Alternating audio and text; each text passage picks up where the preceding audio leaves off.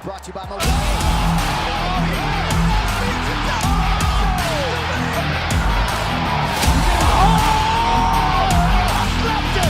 Hey, I'm not surprised.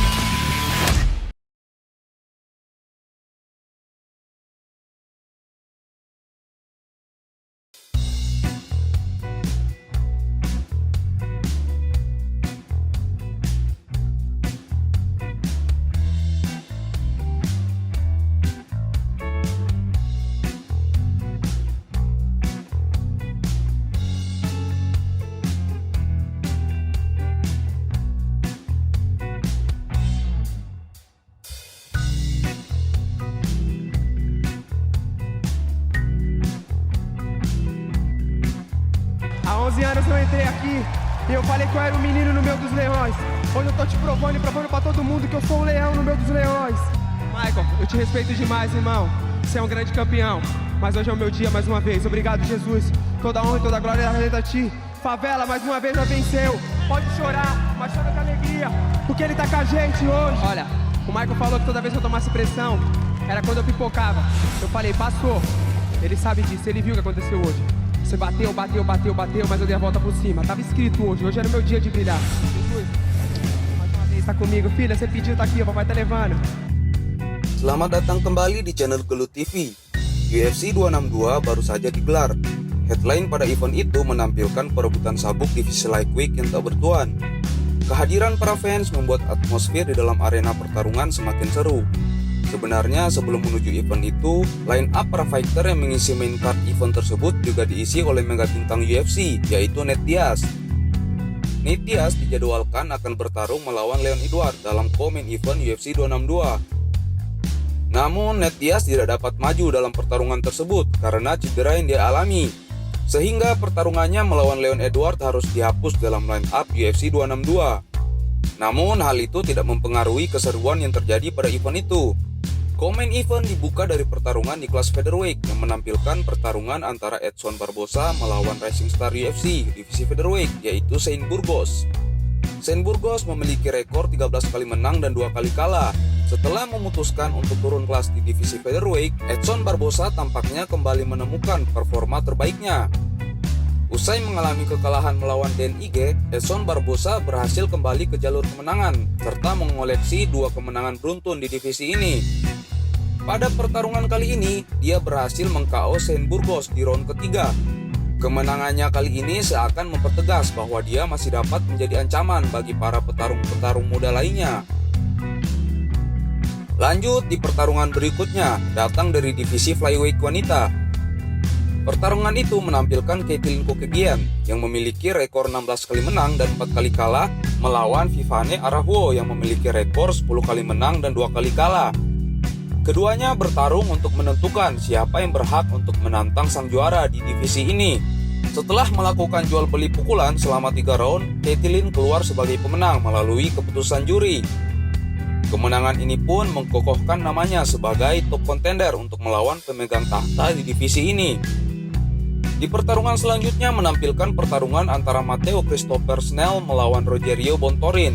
Sebelumnya Matteo dijadwalkan akan melawan Alex Perez dalam event ini. Namun Alex Perez tidak dapat maju dalam pertarungan ini, sehingga Rogerio Bontorin yang maju menggantikan Alex Perez. Dalam sesi timbang badan, Rogerio melewati batas maksimal kelas bantamweight. Akhirnya pertarungan tetap digelar, namun UFC memberikan denda kepada Rogerio yang kemudian diberikan kepada Matteo. Dalam pertarungan itu, keduanya bertarung full selama 3 round. Rogerio Bontorin berhasil memenangkan pertarungan itu melalui keputusan para juri. Dengan kemenangan itu pula, akhirnya membawanya kembali untuk dapat bersaing dengan para kompetitor lainnya untuk menjadi top contender, setelah sebelumnya dia mengalami 2 kekalahan beruntun. Masuk ke main event UFC 262, Tony El Cucuy Ferguson kembali hadir di oktagon. Setelah mengalami kekalahan dari Justin Gaethje yang membuatnya gagal untuk bertarung dengan Khabib Nurmagomedov, Tony kembali mengalami kekalahan yang sangat buruk saat melawan Charles Oliveira. Dalam event ini, Tony kembali berlaga di oktagon, dan yang menjadi lawannya kali ini adalah Beneil Dariush. Berangkat dengan 6 kemenangan beruntun, Dariush menampilkan pertarungan yang sangat cantik saat melawan Tony. Dia membuat Tony terlihat seperti singa tua yang sudah kehilangan taringnya. Tony yang terkenal dengan skill strikingnya yang dapat merobek wajah lawan-lawannya tak dapat mengatasi gempuran dari Darius di pertarungan atas. Tony tidak dapat menghalau serangan-serangan yang dilancarkan oleh Darius. Pertarungan pun berlanjut di ground. Seperti pada pertarungan sebelumnya saat melawan Oliveira, Tony didominasi secara penuh oleh Beneil Darius di pertarungan bawah. Dominasi itu pun berjalan sampai bell round pertama dibunyikan. Masuk ke round kedua, Darius tampaknya sudah benar-benar beradaptasi di round pertama dan telah mengetahui kelemahan Tony. Darius kembali membawa pertarungan ke ground. Setelah di pertarungan saat melawan Oliveira benar-benar belum diperbaiki oleh Tony, Darius dengan mudah melakukan takedown kepada Tony Ferguson dan lagi-lagi mendominasi pada pertarungan bawah. Hal ini terus berlanjut sampai memasuki round terakhir. Menurut saya, jalannya pertarungan itu persis sama dengan pertarungan yang Tony lakoni sebelumnya saat melawan Oliveira. Dengan 3 kekalahan beruntun ini, saya rasa masa Tony Ferguson benar-benar sudah berakhir. Mengingat umurnya yang sudah tidak muda lagi untuk bersaing dengan para petarung-petarung muda yang menghuni kelas ini. Namun satu hal yang saya salut dari Tony Ferguson adalah semangat juangnya yang luar biasa. Di round kedua, Darius sebenarnya sudah mendapatkan kuncian heel hook yang sangat dalam. Namun sama seperti pada pertarungan melawan Oliveira, Tony Ferguson tidak melakukan tap out. Walaupun jelas tampak di wajahnya, dia sedang menahan rasa sakit dari kuncian yang dilakukan oleh Darius. Atas kemenangan ini pun Beneil Darius berhasil memperpanjang rekor kemenangannya di UFC menjadi 7 kemenangan beruntun dan membawanya semakin dekat untuk menjadi top contender di kelas lightweight. Dan selanjutnya adalah pertarungan yang ditunggu-tunggu. Setelah penantian panjang, Charles Oliveira akhirnya mendapat kesempatan untuk maju dalam perebutan sabuk juara. Charles Oliveira dijadwalkan bertarung melawan pendatang baru di UFC dan juga mantan juara divisi lightweight Bellator MMA, Michael Chandler. Pertarungan dimulai dengan jual beli serangan di pertarungan atas oleh keduanya. Oliveira dan Chandler saling melancarkan serangan-serangan. Saat jalannya jual beli serangan itu, satu hook dari Michael Chandler mendarat telak di pelipis Oliveira hingga membuat pelipisnya sobek. Saat mengetahui berada dalam bahaya, Oliveira melakukan takedown dan membawa pertarungan ke ground. Saat beradu grappling, Oliveira mendapatkan punggung Chandler dan kemudian ia melakukan percobaan kuncian rear naked choke. Namun ketenangan dari Chandler dapat membawanya keluar dari lilitan Oliveira dan kemudian membawa pertarungan kembali ke atas. Saat sedang beradu striking, satu pukulan Chandler menghantar Oliveira dalam bahaya. Saya mengira pertarungan akan segera berakhir. Oliveira hampir difinish oleh Michael Chandler di round pertama. Namun mental juara yang dia miliki dapat membuatnya bertahan dalam situasi yang sangat berbahaya itu. Masuk round kedua, saya mengira Oliveira tidak akan lagi meladeni jual beli pukulan dengan Chandler. Namun ternyata tidak demikian. Saat bel awal round 2 dibunyikan, Chandler terlihat sudah sangat percaya diri dengan permainan atas yang dia miliki. Berawal dari jual beli pukulan yang dilancarkan oleh keduanya, Oliveira melihat celah di rahang kanan Chandler yang terbuka lebar.